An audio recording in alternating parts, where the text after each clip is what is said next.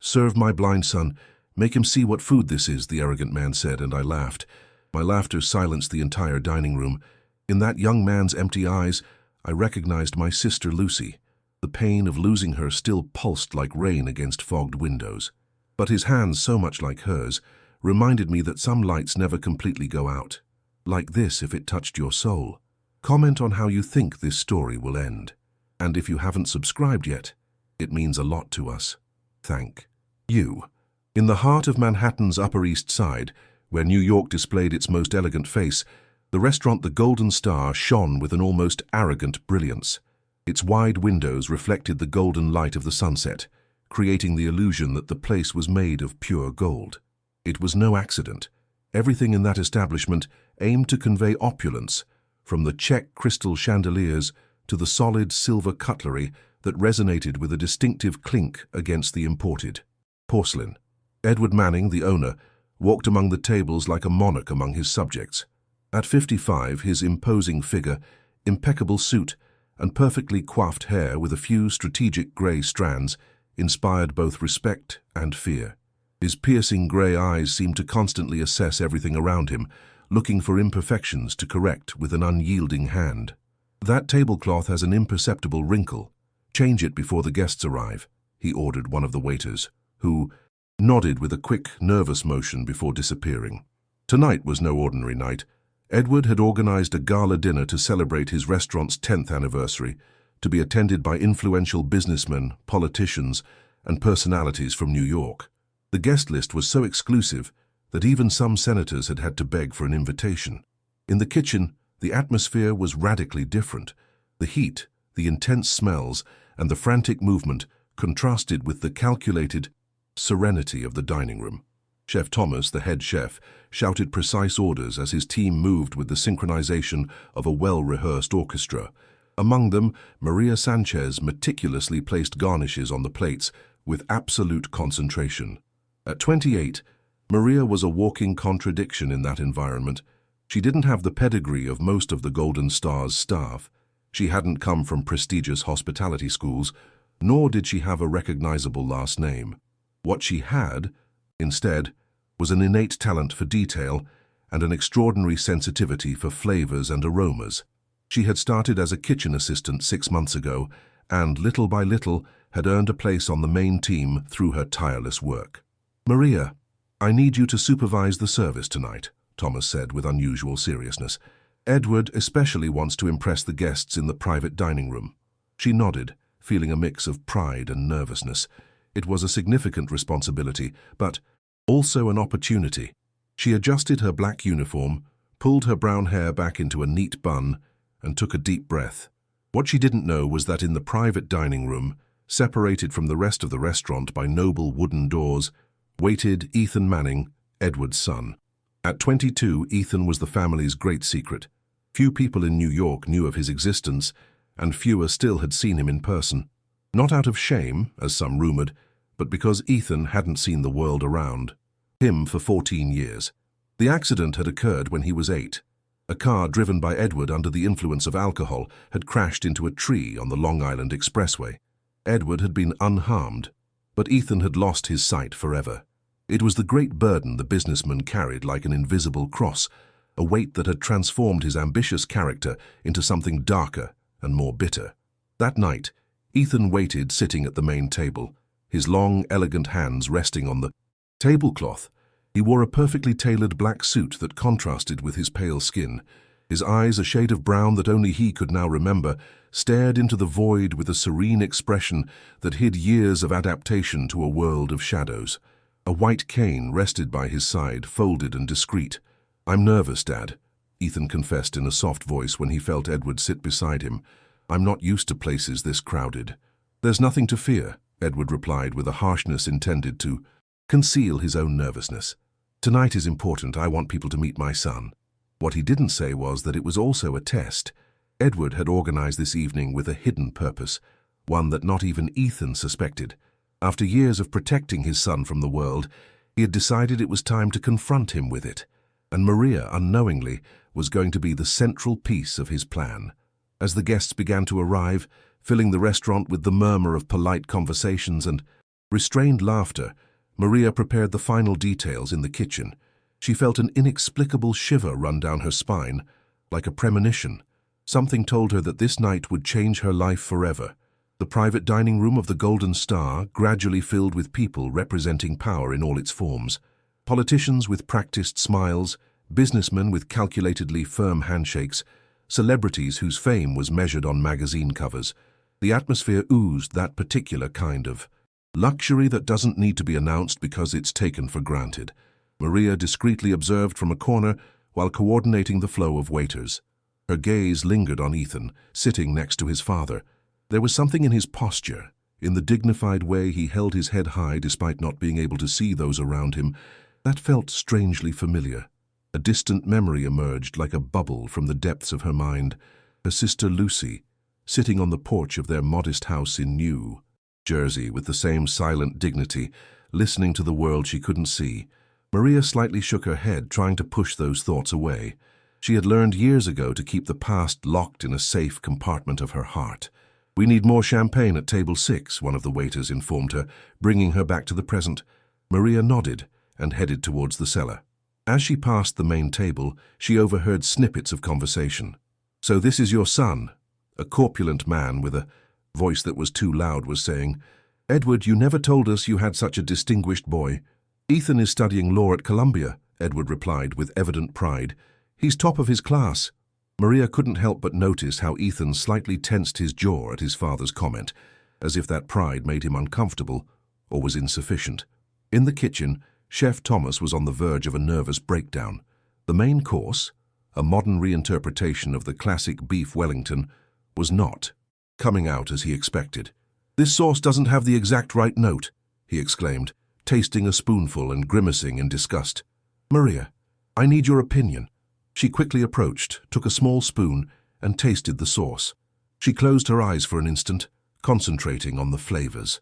"It lacks a touch of acidity," she said with certainty. "Perhaps a few drops of aged sherry and a pinch more white pepper." Thomas looked at her with a mix of surprise and gratitude. Without questioning her suggestion, he added the ingredients and tasted again. His face lit up. "Perfect. Where did you learn to identify flavors like that?" Maria looked away, uncomfortable with the question. "I worked at different places before coming here," she replied vaguely.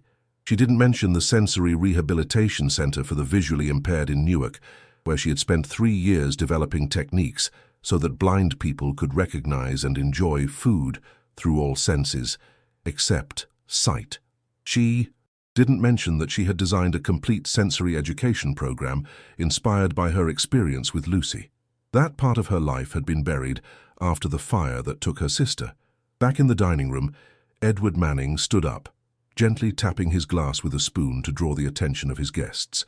The crystalline clinking gradually silenced the conversations until only respectful expectation remained. "Dear friends," he began in a steady voice, "I deeply appreciate your presence on this very special night for the Golden Star and for me personally." His words flowed with the confidence of someone accustomed to being heard. As he spoke of the restaurant's achievements, of awards and recognition, his hand occasionally rested on Ethan's shoulder, in a gesture intended to seem affectionate, but that had something possessive about it. "Tonight, I want to officially introduce my son, Ethan," he finally said, with a tone meant to be emotional. "Many of you didn't know him, because he's been focused on his studies. Ethan lost his sight when he was a child, but that hasn't stopped him from becoming a brilliant and capable young man." A murmur of admiration ran through the room. Ethan maintained a polite smile, although his hands, under the table, were tense on his knees. "To celebrate this occasion," Edward continued, "I have prepared a small demonstration." A confused silence settled in the dining room. Ethan slightly turned his head toward his father with an expression of surprise. Clearly, he was not aware of any demonstration. "Maria Sanchez," Edward called in a powerful voice, "would you please come closer?" Maria, who was giving instructions to a waiter, was momentarily paralyzed upon hearing her name. All eyes turned toward her, creating an invisible corridor through which she was forced to advance toward the main table. "Mr. Manning," she greeted in a controlled voice, although her heart was racing. Edward smiled, but it was a smile that didn't reach his eyes. "Maria is one of our most interesting employees," he said, addressing his guests. "She has proven to have a special talent for flavors and presentations. Isn't that right?" She nodded briefly, not understanding where the conversation was heading. "Tonight," Edward continued, "I want to propose a special challenge to her." And so, before the expectant silence of those present, Edward Manning proceeded to explain his proposal. Maria had to make Ethan see the main course without uttering a single word. If she succeeded, she would receive $100,000.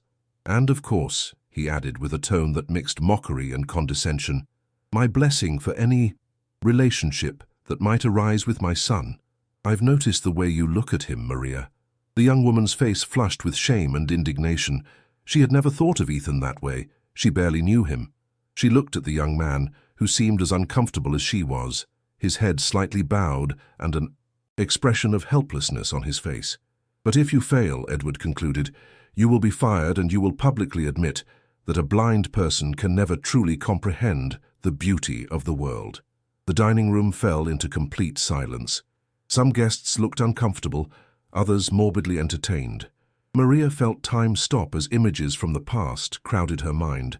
Lucy learning to identify spices by their scent, the sensory rehabilitation room, the fire, the funeral in the rain. 7 years of fleeing those memories. And then, with the calm of someone who has weathered worse storms, Maria lifted her chin and looked directly at Edward. "I accept the challenge," she said, in a voice so clear it surprised everyone present. At that moment, she didn't even know if she was doing it for the money to keep her job or for something deeper and more personal, the memory of her sister and all those she had taught to see without eyes. A heavy silence fell over the dining room, thick as freshly poured oil. The guests watched the scene with a mixture of unhealthy curiosity and vicarious embarrassment, like someone witnessing an accident, but unable to look away. Maria remained standing, motionless, aware of every gaze fixed on her, but her eyes only saw Ethan, whose face reflected evident discomfort. "Good," Edward finally said, with the satisfaction of a hunter who sees his prey voluntarily walk into the trap. "Thomas, have the main course brought out." The chef, who had been observing the scene from the kitchen door, nodded with a tense gesture and disappeared. Moments later, 2 waiters entered carrying a tray covered with a silver cloche. Maria used those seconds to approach Ethan. She leaned in slightly and, in a barely audible whisper, said, "I'm so sorry, I don't mean to embarrass you." Ethan slightly turned his face towards her, surprised by the sincerity in her voice. "You're not the one who should apologize," he replied softly. The tray was placed ceremoniously in front of Ethan. Edward made a theatrical gesture toward Maria. "The stage is yours, impress me," he said, leaning back in his chair with his arms crossed.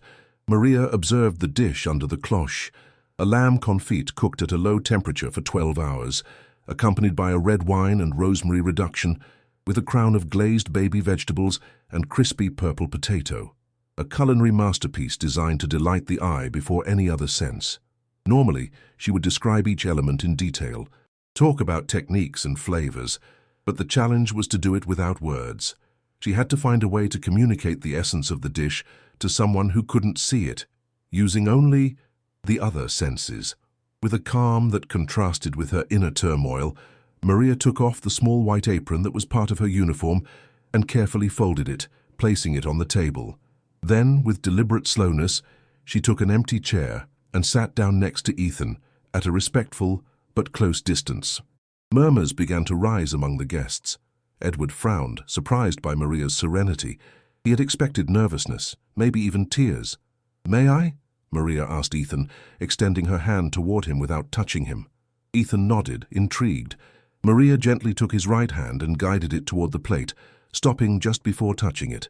"Feel the heat," she said softly, slightly tilting the plate so that the rising steam brushed Ethan's fingers. A murmur of disapproval arose from the table. Edward leaned forward. "You spoke a word. That's against the rules."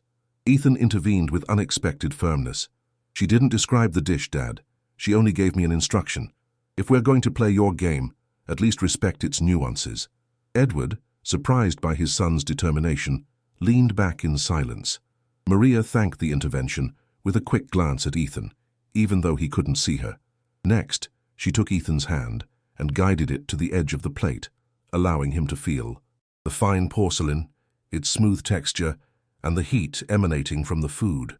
With delicate movements, she allowed him to trace the circular outline, creating a mental map of the surface. Then, she took a fork and placed it in his hand. She guided him to lightly pierce the lamb, allowing him to feel the initial resistance of the crust and then the softness of the meat yielding like butter. Ethan slightly smiled upon noticing the texture. Maria brought the fork to Ethan's ear. The sound of the metal piercing the crispy crust of the lamb created a sonic image of the texture. The guests watched, fascinated by this silent language unfolding before them. Next, she took a sprig of fresh rosemary that adorned the plate and placed it between Ethan's fingers. She guided him to lightly rub it, releasing its intense, resinous aroma. The scent spread, and several guests unconsciously inhaled, captivated by the fragrance. Maria watched as Ethan's face transformed. His eyes, though blind, seemed to light up with an understanding that went beyond the visual. It was as if he was seeing the dish through an older, deeper language than simple sight. With almost surgical precision, Maria took a spoon and collected a small amount of the wine reduction. With infinite care, she brought it to Ethan's lips, who tasted the liquid. His expression reflected surprise and pleasure as the flavor unfolded on his palate. Rioja reduction, he murmured, almost to himself, with a hint of rosemary and thyme? Maria smiled, silently confirming his accuracy. Edward watched the scene with an unreadable expression, halfway between disbelief and fascination. They continued like this for several minutes, in a silent dance of discovery. Maria guided Ethan's hand so he could feel each texture, the crunch of the potato, the smoothness of the glazed vegetables, the unctuousness of the sauce.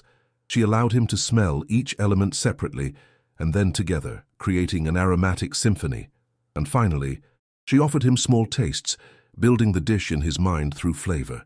The entire dining room watched in complete silence, captivated by the respectful intimacy of that moment. There was nothing romantic about their interaction, but something deeper, a communication that transcended words and connected with the essential. Ethan breathed deeply, like someone contemplating a majestic landscape. His hands now rested on the table, with a new awareness of the feast before him. "I can see it," he finally said in a clear voice that resonated in the silence of the dining room. "I can see this dish better than many who are using their eyes right now." Edward Manning, for the first time in many years, seemed genuinely disconcerted. The certainty with which he had proposed the challenge, convinced of its impossibility, had transformed into doubt. Ethan continued, with an eloquence that surprised everyone present. "The lamb is not just its appearance on the plate, it's its story. The patience of the slow cooking, the care in the choice of herbs, the precision in controlling it for hours. I can feel all of that. I don't need to see it to appreciate it." There was a moment of absolute silence, broken only when Ethan turned his face toward Maria. "Thank you for showing me the true beauty of this dish." And then, in a gesture no one expected, Ethan took Maria's hand and lightly squeezed it as a sign of gratitude. The young woman felt a lump in her throat. That contact had awakened something that had been dormant in her for years, the memory of her purpose, her lost vocation. She looked at Edward, who was observing the scene with an impossible-to-decipher expression, and at that moment, she knew that the challenge had gone far beyond what the businessman had planned. It was no longer about winning $100,000 or keeping a job. It was about dignity, respect, and remembering that the most authentic beauty is never limited to what the eyes can perceive. The dinner continued, but something had irrevocably changed in the atmosphere of the dining room. Superficial conversations about politics, business, and gossip had been replaced by a more reflective murmur. From time to time, someone looked toward the main table, where Ethan now ate with new confidence, consciously savoring every bite. Edward remained unusually silent. His plan had been to expose his son's limits, perhaps even subtly humiliate the employee who had dared to look at him with what he interpreted as pity. Instead, he had witnessed something he couldn't fully explain, a connection that went beyond words, a type of communication he had never considered possible. Maria had returned to her duties, coordinating the service with professional efficiency, but her mind was elsewhere. The contact with Ethan had opened a door she had kept closed for years. Memories she had buried under layers of distance and work now emerged with painful clarity. As she served dessert at a nearby table, she noticed an elegant woman about 60, observing her with particular attention. Her face was vaguely familiar, but she couldn't place her. "Excuse me," the woman said in a soft but authoritative voice. "Could I speak with you for a moment?" Maria nodded and approached. "What you did earlier," the woman began. "It was extraordinary. I'm Ms. Isabella, director of the Inner Light Foundation for the Visually Impaired." Maria's heart skipped a beat. The Inner Light Foundation was one of the most prestigious institutions in the United States in the field of rehabilitation for the blind. She had collaborated with them during her time in Newark. "I know the foundation," she replied cautiously. "You do admirable work." Isabella smiled, as if confirming a suspicion. "Maria Sanchez, right? The same Maria Sanchez who developed the sensory education program at the Newark Rehabilitation Center a few years ago." Maria paled slightly. Her past, which she had tried to keep at bay, was now catching up with her in the most unexpected place. "Yes," she finally admitted, "that's me." "Your work was revolutionary," Isabella continued with contained enthusiasm. "When you suddenly disappeared, many of us wondered what had happened. Your method is still being used, you know." Maria felt a mixture of pride and pain. She hadn't imagined that her work would endure after her departure. "There were personal circumstances," she replied vaguely. "I had to step away." Isabella nodded with understanding. "I'm sorry, I don't mean to make you uncomfortable. I just wanted to tell you that what you did tonight with Edward's son reminded me why your approach was so special. It wasn't just about technique, but about respect and dignity." These last words resonated deeply with Maria. Respect and dignity.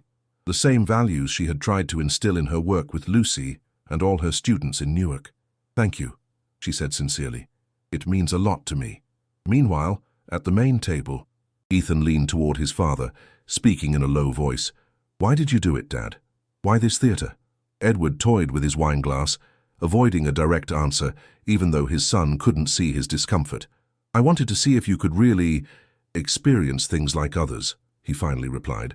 "Or did you want to prove that I can't?" Ethan countered with a calm that concealed his pain.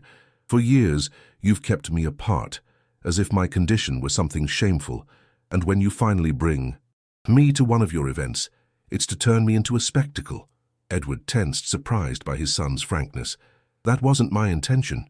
"Yes, it was," Ethan interrupted. "But something unexpected happened, didn't it? That woman, Maria, she understands something you've never grasped." "And what is that?" Edward asked, with a tone that tried to be challenging but sounded more defensive.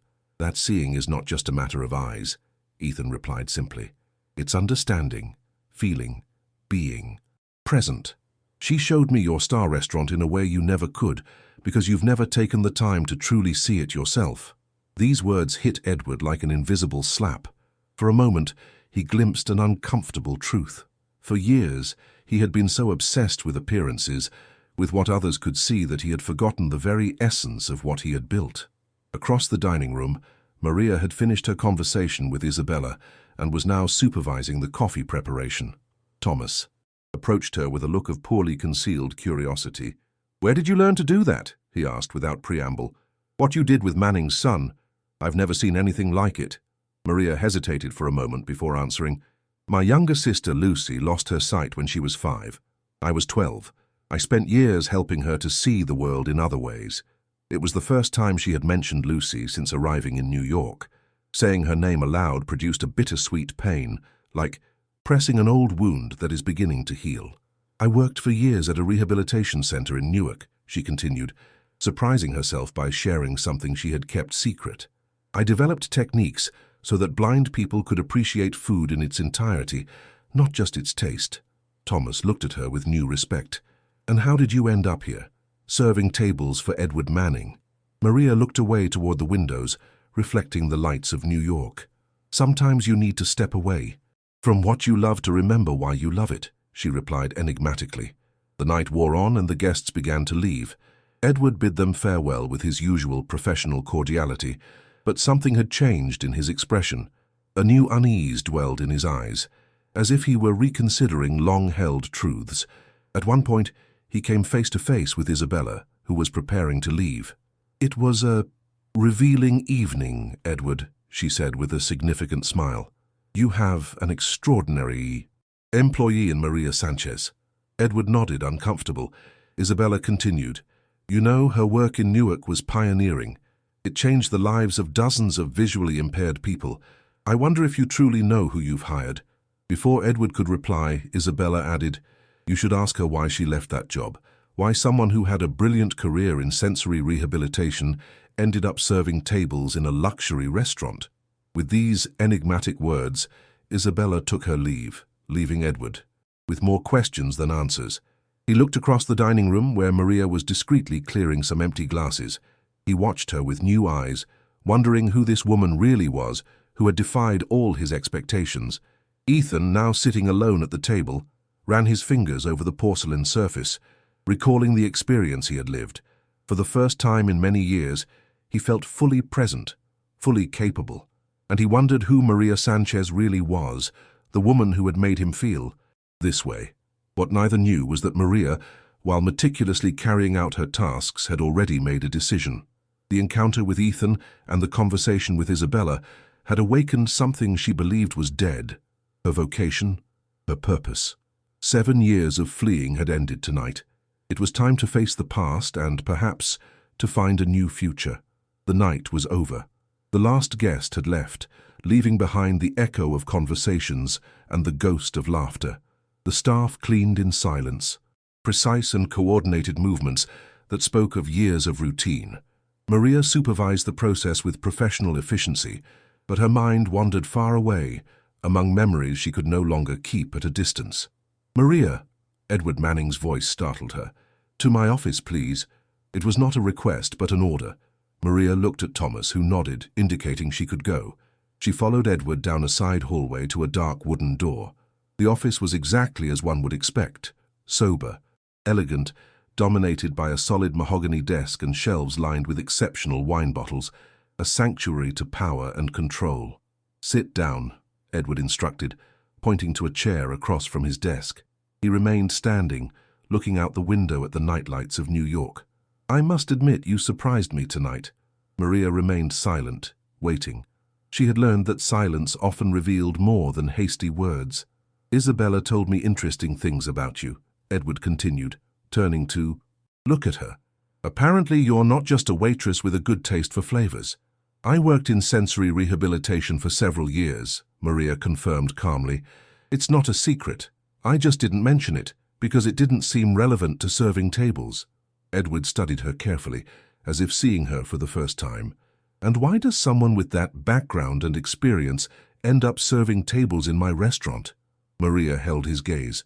Sometimes life leads us down paths we don't plan, she replied, aware of how evasive her answer sounded. Edward approached a bar cabinet and poured 2 glasses of cognac without asking. He offered one to Maria, who accepted out of courtesy. The challenge tonight, Edward said after a thoughtful sip. I must admit I didn't expect you to succeed. In fact, I was quite sure it would be impossible. Why propose it then? Maria asked, allowing herself a frankness that surprised both of them. Edward slowly swirled his glass, watching the amber liquid catch the light. Ethan has lived protected, perhaps too much, he admitted, in a voice that had lost some of its usual harshness. I wanted to show him that there are things he cannot do, limits he must accept, for his own good. With all due respect, Mr. Manning, I believe tonight you proved quite the opposite, Maria replied. Ethan has no more limits than those we impose on him, or those he accepts himself. A tense silence settled between them. Edward finally sighed and sat behind his desk. I suppose I must keep my word, he said, opening a drawer and taking out a checkbook. $100,000, as promised. Maria looked at the checkbook with an inscrutable expression. Then, to Edward's surprise, she gently shook her head. I don't want your money, Mr. Manning. Edward looked at her with genuine confusion. Then what do you want? A raise? A better position? Maria took a deep breath. The moment had come, and there was no turning back. I want to create a sensory experience program at the Golden Star, she said firmly. A special service for visually impaired clients. Menus designed to be experienced with all senses, staff trained specifically to guide the experience. We could be the first truly inclusive fine dining restaurant in the United States. Edward looked at her, as if she had grown a second head. Do you realize what you're asking? Completely change the concept of a Michelin-starred restaurant, re-educate the staff, modify the experience. I'm not asking to change anything, Maria interrupted with a conviction that surprised both of them. I'm proposing to add something extraordinary, something no other restaurant in your category has. Think of it as a competitive advantage. Edward leaned back in his chair, studying her with renewed interest. If there was one thing he understood, it was the language of business and exclusivity. And would you be willing to lead this project? It's what I trained for, Maria replied simply. It's what I do better than anyone. Edward remained silent for a long moment, considering the proposal. Finally, with a gesture that seemed almost of resignation, he nodded. Prepare a detailed proposal for me. Budget, necessary staff, logistical changes, everything. We will review it and decide. It wasn't a yes, but it wasn't a no either. For Maria, it was enough for now. Meanwhile, in another part of the restaurant, Ethan waited patiently, sitting on a chair near the service entrance.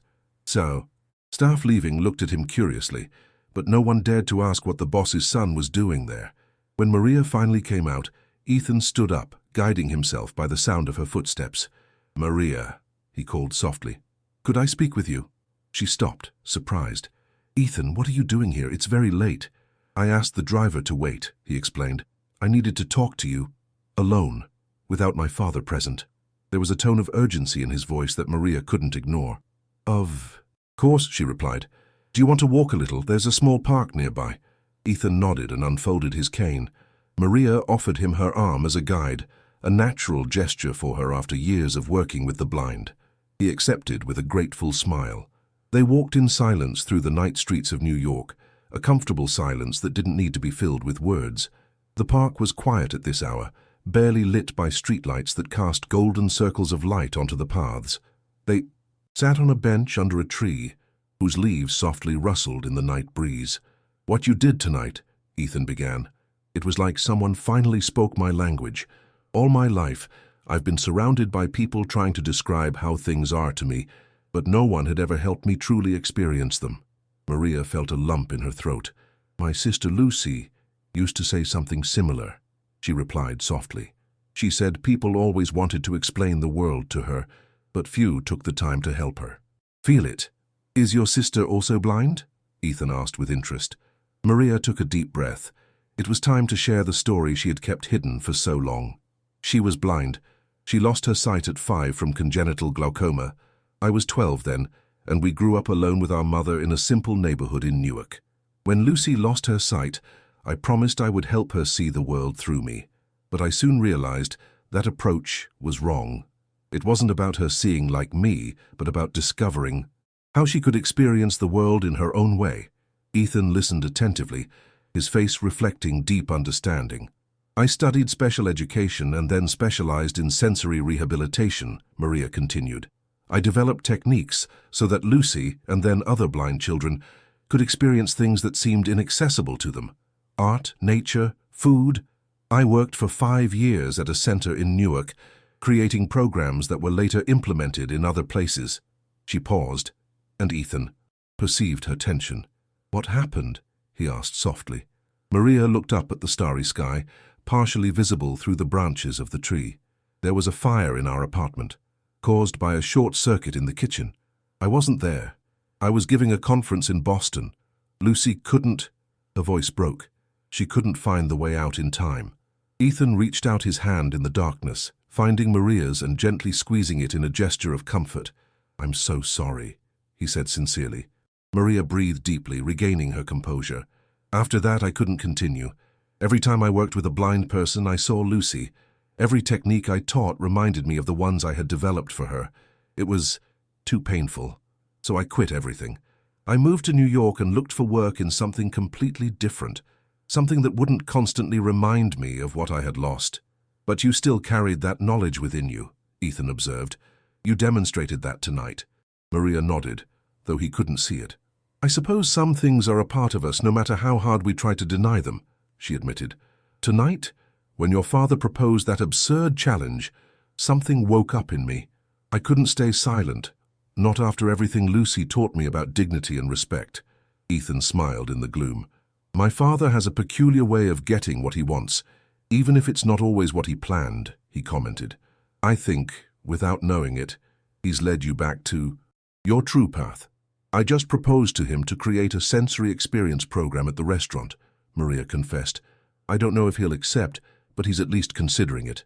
He will, Ethan affirmed with surprising confidence. My father might seem tough and inflexible, but deep down he's a practical man. If he sees a business opportunity, a way to stand out from the competition, he'll take it. They fell silent for a moment, listening to the night sounds of the park, the rustling of leaves, the distant song of a late bird, the faraway rumble of traffic. Maria, Ethan finally said, regardless of what my father decides, I'd like to learn more about your work, about these techniques you developed.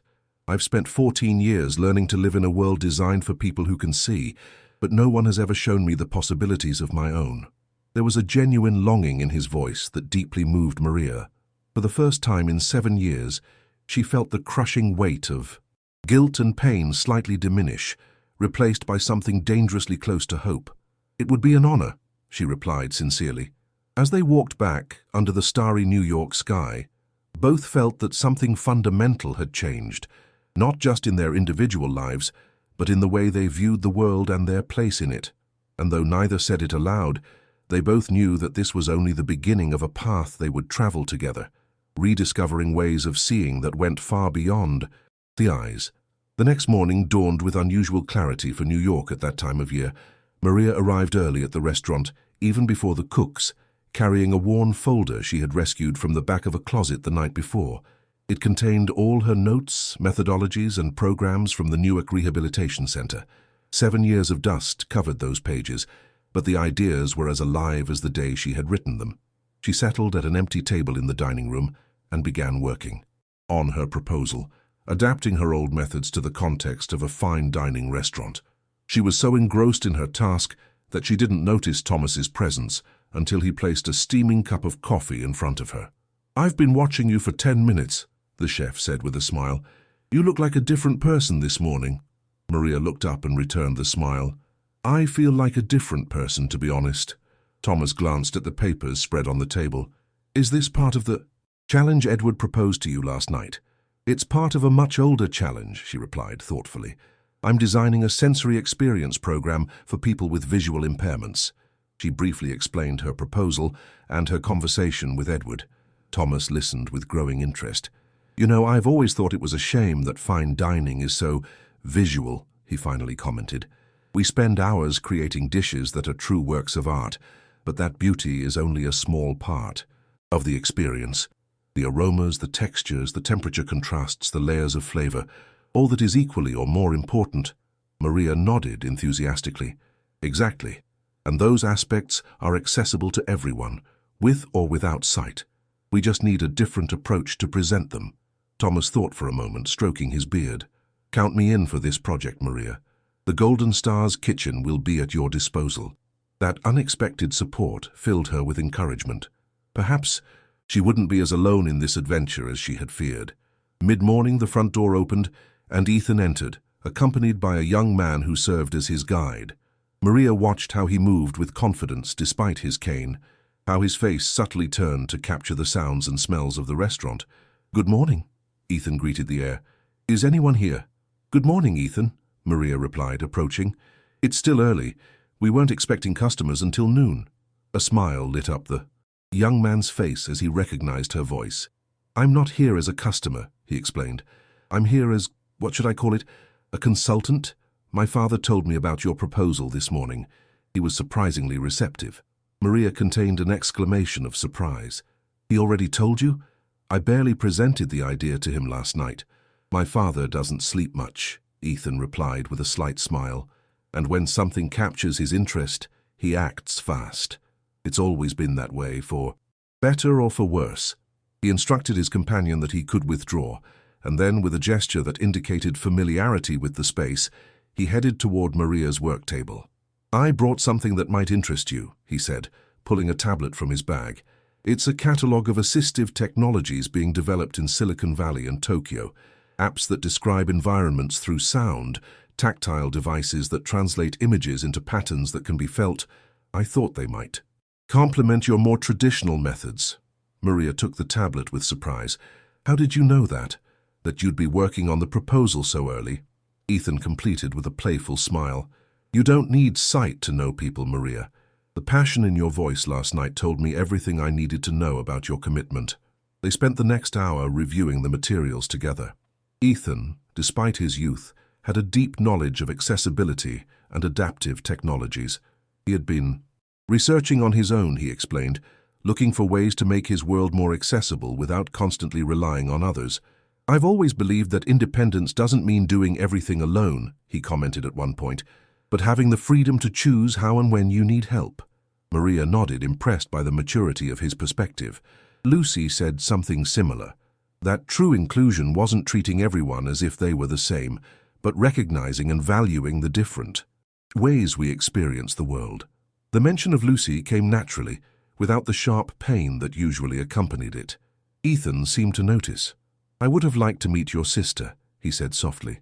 She sounds like she was an extraordinary woman. She was, Maria confirmed with a nostalgic smile. She had a unique way of transforming obstacles into opportunities. When she lost her sight, while we were all lamenting, she would say, "Now I can hear colors and touch sounds." I never fully understood what she meant until I started working with other blind people. Their conversation was interrupted by the arrival of Edward Manning. The businessman entered the restaurant with his usual air of authority, although something in his expression had changed since the previous night. There was a slight uncertainty in his eyes, barely perceptible to someone who didn't know him well. I see you've already started without me, he commented, approaching the table where they were working. Good morning, Maria. Ethan, I didn't expect to find you here. Good morning, Dad, Ethan replied. I thought I'd offer my perspective for the project. After all, I'm part of the target audience. Edward nodded, looking at the papers spread on the table. I've been thinking about your proposal, Maria, he finally said. It's interesting. Unconventional, certainly, but it could work. Maria held her breath, surprised by this unexpected openness. However, Edward continued, I need guarantees that this won't compromise the restaurant's reputation. The Golden Star has earned its prestige through uncompromised excellence. We can't afford experiments that might dilute our brand. The pragmatic and calculating Edward Manning had returned, but Maria was prepared. Mr. Manning, this program will not only maintain the Golden Star's standards of excellence, but it will elevate them, she replied firmly. We will be creating a unique experience in the United States, possibly in North America. Imagine food critics writing about how your restaurant has revolutionized the way fine dining is experienced, new customers drawn by the exclusivity of this experience, foundations and companies interested in collaborating on an innovative and socially responsible project. Edward listened to her with an impassive expression, but Maria could see a gleam of interest in his eyes. She had hit the right note.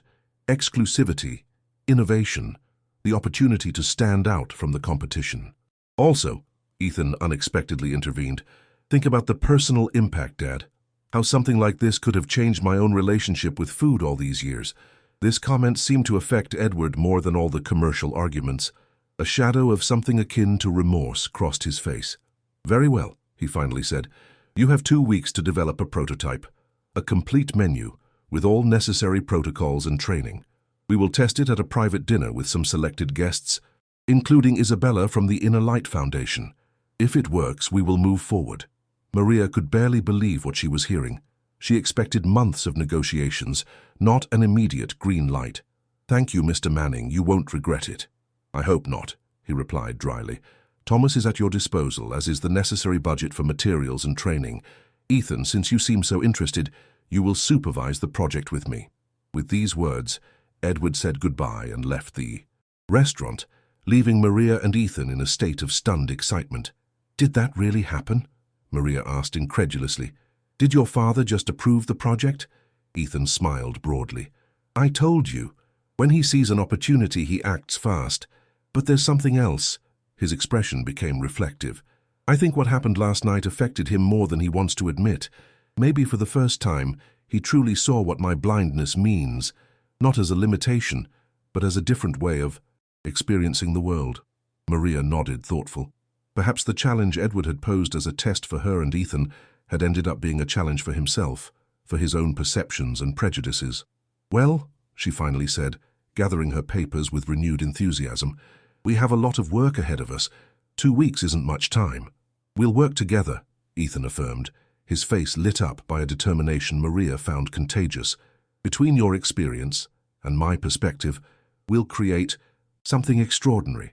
And so, under the clear light of that New York morning, a transformation began to take shape that would go far beyond a menu or a sensory experience program.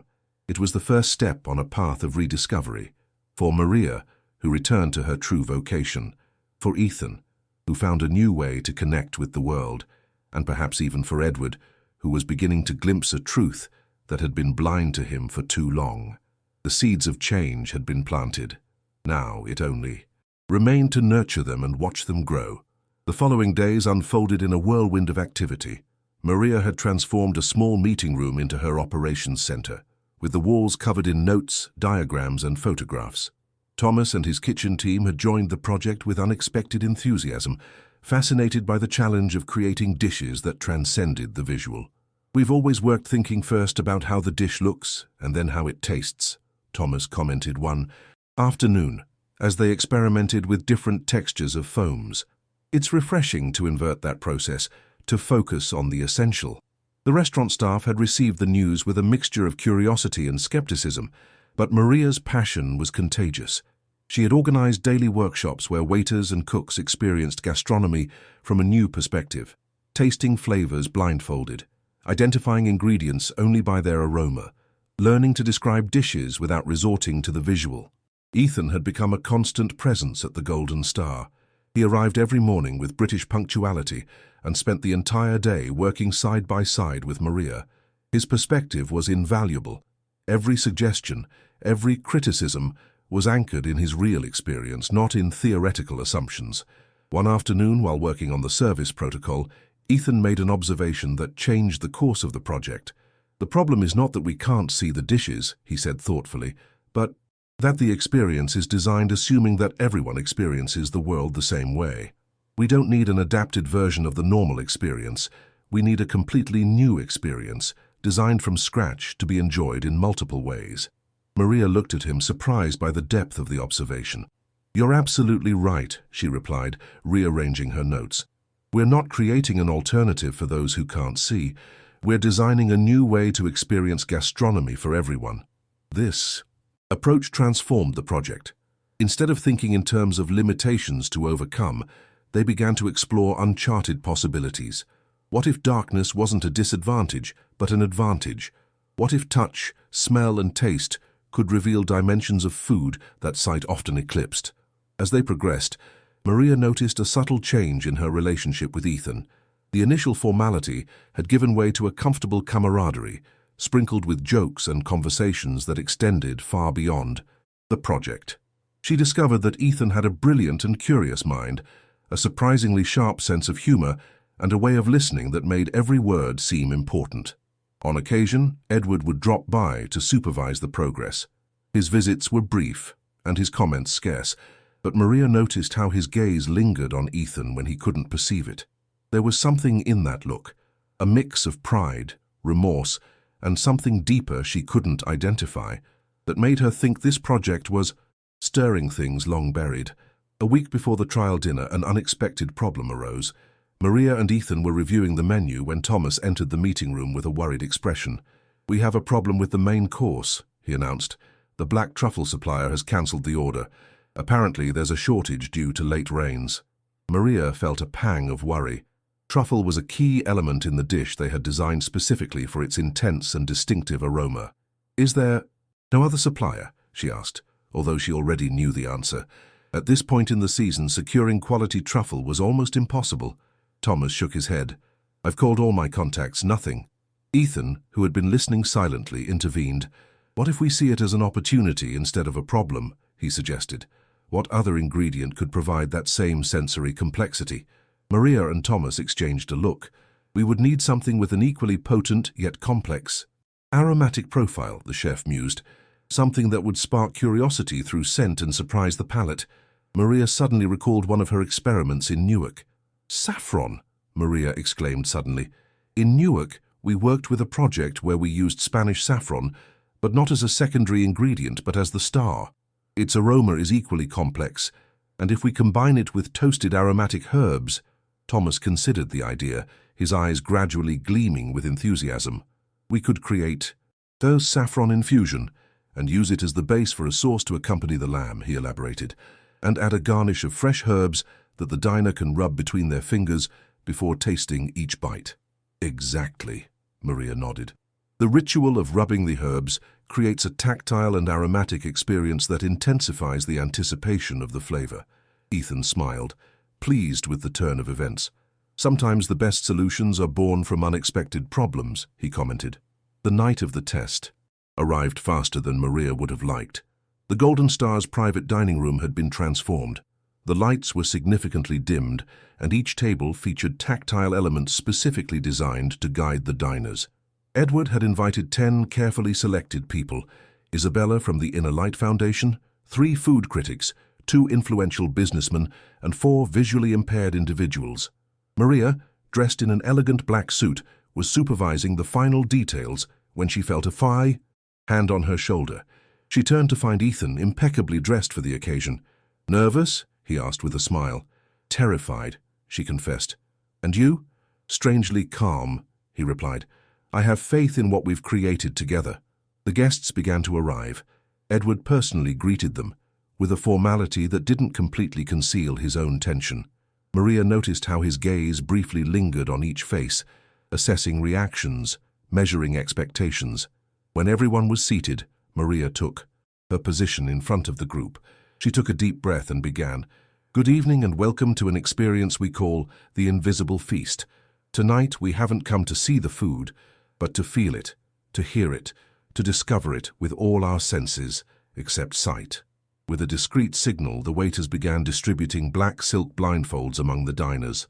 "We invite you to blindfold yourselves," Maria continued. "Even those who cannot see, we ask you to put on the blindfold as a symbol of equality. Tonight we will all experience gastronomy from the same perspective." There were some murmurs, some nervous laughter, but one by one, the guests put on their blindfolds. Edward, sitting at the head of the table, was the last to do so, with a gesture that seemed almost of resignation. "From this moment on," Maria explained as the waiters took their positions, "you will be guided by a specially designed protocol. Your hands will be your eyes. Your ears, your nose, your mouth will be your true guides on this journey." And so began one of the most extraordinary dinners in the Golden Star's history. Each dish was a symphony of sensations, contrasting textures, aromas released in sequence, flavors revealed gradually. The waiters, trained by Maria for weeks, guided the diners' hands, explained the specific rituals for each course, creating a space for safe and exciting discovery. For the main course, the saffron-infused lamb, Maria had designed a special sequence. First, each diner received a small sprig of aromatic herbs to rub between their fingers. Then, they were invited to feel the heat emanating from the plate. Finally, before the first bite, the saffron sauce was poured from a certain height, allowing the aroma to ascend in invisible but intensely present golden spirals. Edward, against all odds, seemed completely engrossed in the experience. Maria observed him discreetly, noticing how his usually controlled gestures had become more expressive, more authentic. At one point, when he tasted the lamb, a genuine smile transformed his face, momentarily stripping him of years of harshness. As the dinner ended, when everyone removed their blindfolds, there was a moment of reverent silence, as if waking from a shared dream. Then, spontaneously, the applause began. Isabella stood up, emotional. "In 30 years of working with visually impaired people, I have never experienced anything like this," she declared. "This is not just a dinner, it's a revolution in the way we understand accessibility." The food critics seemed equally impressed. One of them, known for his severity, confessed, "I've discovered flavors I'd forgotten existed. It's as if the absence of sight amplified everything else." The blind people present nodded enthusiastically, validating what Maria and Ethan had worked so hard to achieve. An experience that didn't treat them as people with a limitation, but as individuals with a different and valid way of perceiving the world. Edward finally rose with an expression Maria had never seen on him, a mix of pride, astonishment, and something akin to humility. "On behalf of the Golden Star," he said in a strangely emotional voice, "I thank you for participating in this pilot experience. Starting next month, the Invisible Feast will be a regular option on our menu, available to any client who wishes to rediscover gastronomy through new senses." Maria felt her eyes fill with tears. They had succeeded. Not only had they created an innovative gastronomic experience, they had opened a door to a more inclusive way of understanding pleasure and beauty. The success of The Invisible Feast exceeded all expectations. In the following weeks, reservations for the experience skyrocketed, driven by enthusiastic reviews and powerful word of mouth. Edward, always alert to business opportunities, had quickly expanded the concept, creating a permanent space dedicated exclusively to the sensory experience. Maria had been officially named Director of Sensory Experiences, with her own team and the freedom to develop new proposals. Ethan had joined as a consultant, contributing his unique perspective and his growing knowledge of accessible technologies. One afternoon, while Maria was reviewing the training program for new waiters, Edward entered her office unannounced. Something was different about him, a barely contained unease that contrasted with his usual self-control. "I need to speak with you, Maria," he said, closing the door behind him. "In private?" She nodded, intrigued by his tone. "Of course, Mr. Manning." Edward sat across from her, but didn't speak immediately. He seemed to be searching for the right words, something very unusual for a man accustomed to certainty. "I've received an offer," he finally said. "A corporate group is interested in acquiring the franchise for the Invisible Feast to implement it in their luxury restaurants across Europe." Maria felt a wave of pride mixed with apprehension. "That's great news," she replied cautiously. "It is," Edward confirmed. "Financially, it's an extraordinary opportunity. However," he paused significantly, "there's one condition. They want you to personally supervise the implementation of the concept in all their establishments. That would mean continuous travel for at least a year." Maria immediately understood the implication, moving away from New York, from the Golden Star, from Ethan. "I see," she said, maintaining a neutral tone. "And what is your opinion of this proposal?" Edward studied her carefully before answering. "I believe it's a unique opportunity to expand your method, to bring what you've created to a much wider audience." "And Ethan?" Maria asked directly. "Does he know about this offer?" A flash of something, guilt, discomfort, crossed Edward's face. "I haven't told him yet," he admitted. "I wanted to speak with you first." Maria felt there was something more behind his words, a hidden agenda she didn't quite grasp. In recent weeks, she had perceived a gradual shift in the dynamic between father and son. Ethan had begun to assert his independence in small but significant ways, expressing opinions contrary to his father's, making decisions without consulting him, spending more time at the Golden Star than at home. "Mr. Manning," Maria finally said, "may I ask you something personal?" Edward visibly tensed, but nodded. "Is this really about the franchise, or is it related to my friendship with Ethan?" The direct question seemed to throw Edward off balance. For a moment, his mask of a calculating businessman slipped, revealing a man who was insecure and perhaps afraid. "Ethan has changed since you arrived," he finally said. "He's pulling away from me." "He's becoming an independent adult," Maria gently corrected.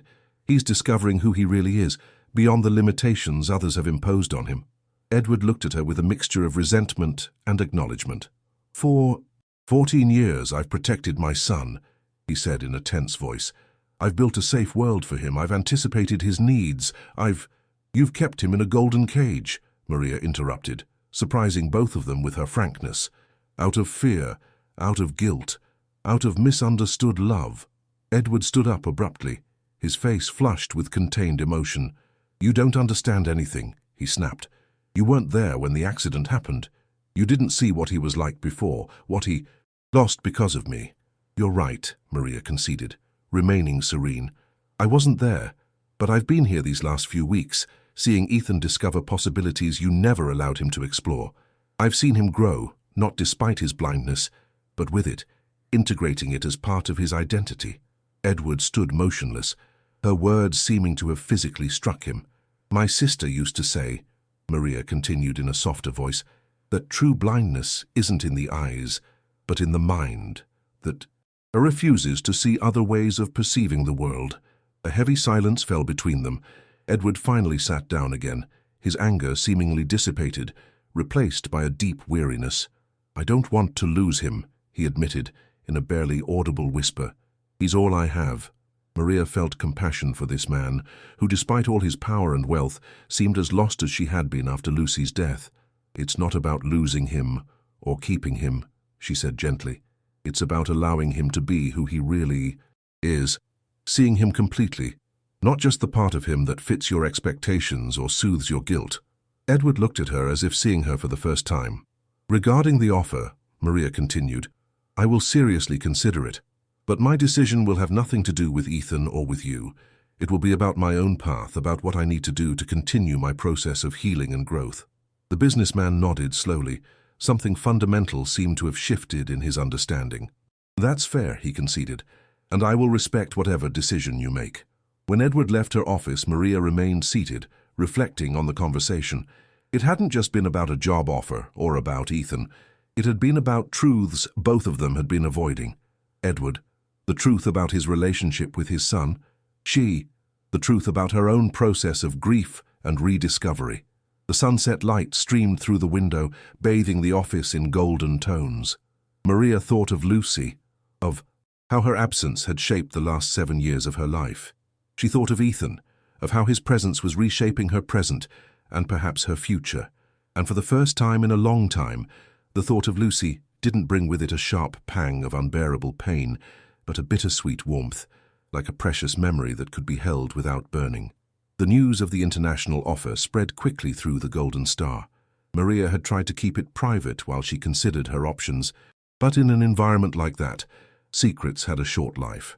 Ethan was waiting for her at the restaurant entrance that morning, his white cane gently tapping the floor in a rhythm Maria had learned to recognize as a sign of unease. "Why didn't you tell me?" he asked directly when he sensed her approaching. Maria sighed. There was no way to soften this. "Because I haven't made a decision yet," she replied sincerely, "and I wanted to be sure before mentioning it." Ethan nodded, his expression difficult to read. "Can we talk?" he asked. "In private." They headed to the small park near the restaurant, the same one where they had talked that night after the challenge. They sat on the same bench, under the same tree, whose leaves now rustled more loudly, moved by an autumn wind. "My father told me everything this morning," Ethan began, "about the offer, about his concern regarding our friendship." Maria remained silent, waiting for him to continue.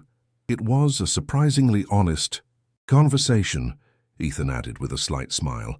"I think it's the first time in 14 years that we've truly talked about the accident, about his guilt, about how it's affected our relationship."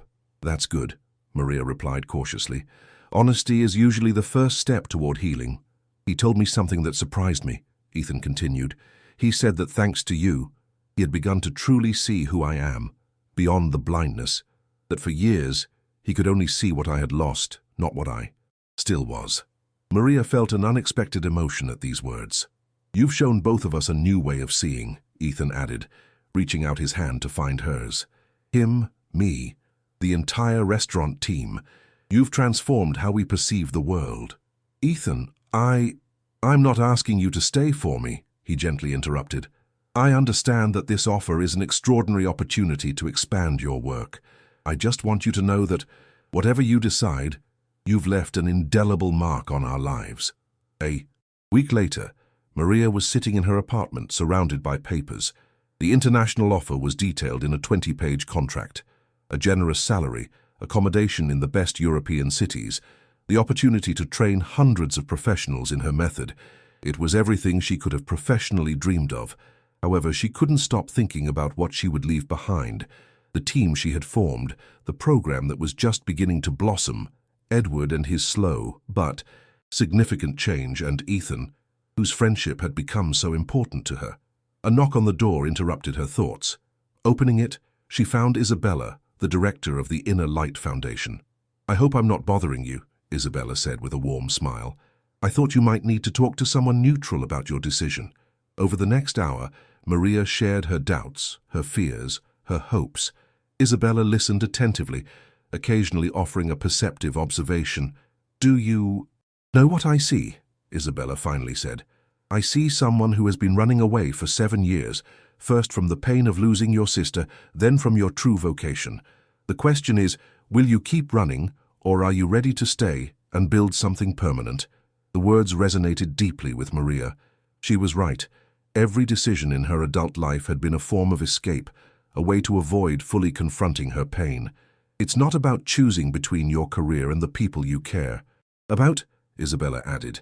It's about deciding who you want to be from now on. The next night, Maria called a meeting at the Golden Star. The entire team was present. Edward, Ethan, Thomas, the waiters, the cooks.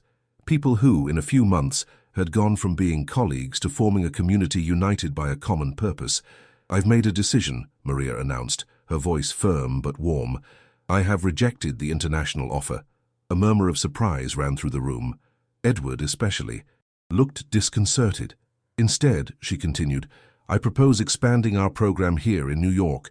Not just a gastronomic experience, but a complete training center where professionals from all over the world can come to learn our method, where we can develop new techniques and applications beyond gastronomy. She looked directly at Edward.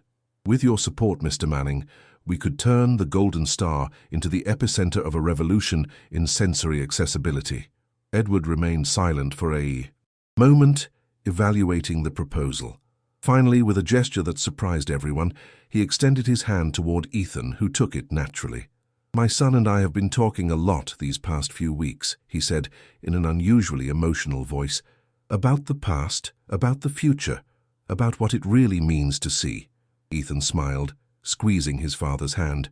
We agree that your proposal, Maria, represents exactly the direction we want to go, not just as a business, but as a legacy. 6 months later, the Golden Star Sensory Center opened its doors.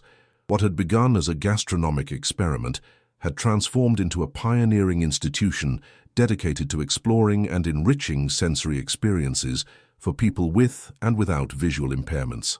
At the inauguration ceremony, Edward surprised everyone by announcing the creation of the Manning Sanchez Foundation, dedicated to promoting accessibility and inclusion in cultural and gastronomic spaces throughout the United States.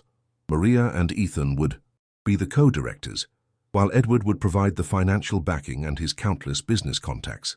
As the guests toured the facilities, Maria found a moment alone with Ethan on the terrace. Do you know what Lucy would have said about all this? Maria asked, observing the New York sunset. Tell me, Ethan replied softly. She would have said, You've finally learned to see with your heart, little sister. You've finally understood that scars aren't just marks of pain, but maps that guide us to new destinations. Ethan reached out his hand, finding Maria's without hesitation. Your sister would be very proud of you, as we all are. A year after that night of the challenge, the Golden Star celebrated its anniversary with a special event. The restaurant had evolved. Now every table had sensory options available, menus were in Braille, and the staff had been trained to serve diners with all kinds of needs. At a special table, Edward watched with genuine pride as his son, now a professor at the foundation, guided a group of international chefs in a workshop on inclusive gastronomy. Ethan moved with absolute confidence, his voice resonating with authority and passion. Maria, beside him, couldn't help but smile. The road since that first night had been full of challenges, but every step had brought healing and growth. I never properly thanked you, Edward said quietly, for what you've done for my son, for what you've done for me. Maria gently shook her head. There's nothing to thank. Each of us was lost in our own way. Ethan without the opportunity to develop his full potential, you trapped in guilt, me running from my pain. We found each other when we needed it most. Edward nodded, understanding the profound truth in her words. Do you know what I've learned this year? Maria continued. That the deepest blindness isn't physical, but that of the soul that refuses to see beyond its own fears and prejudices. And the clearest vision, Edward added, watching his son with unconditional love, is the one that pierces the darkness to find the light in others.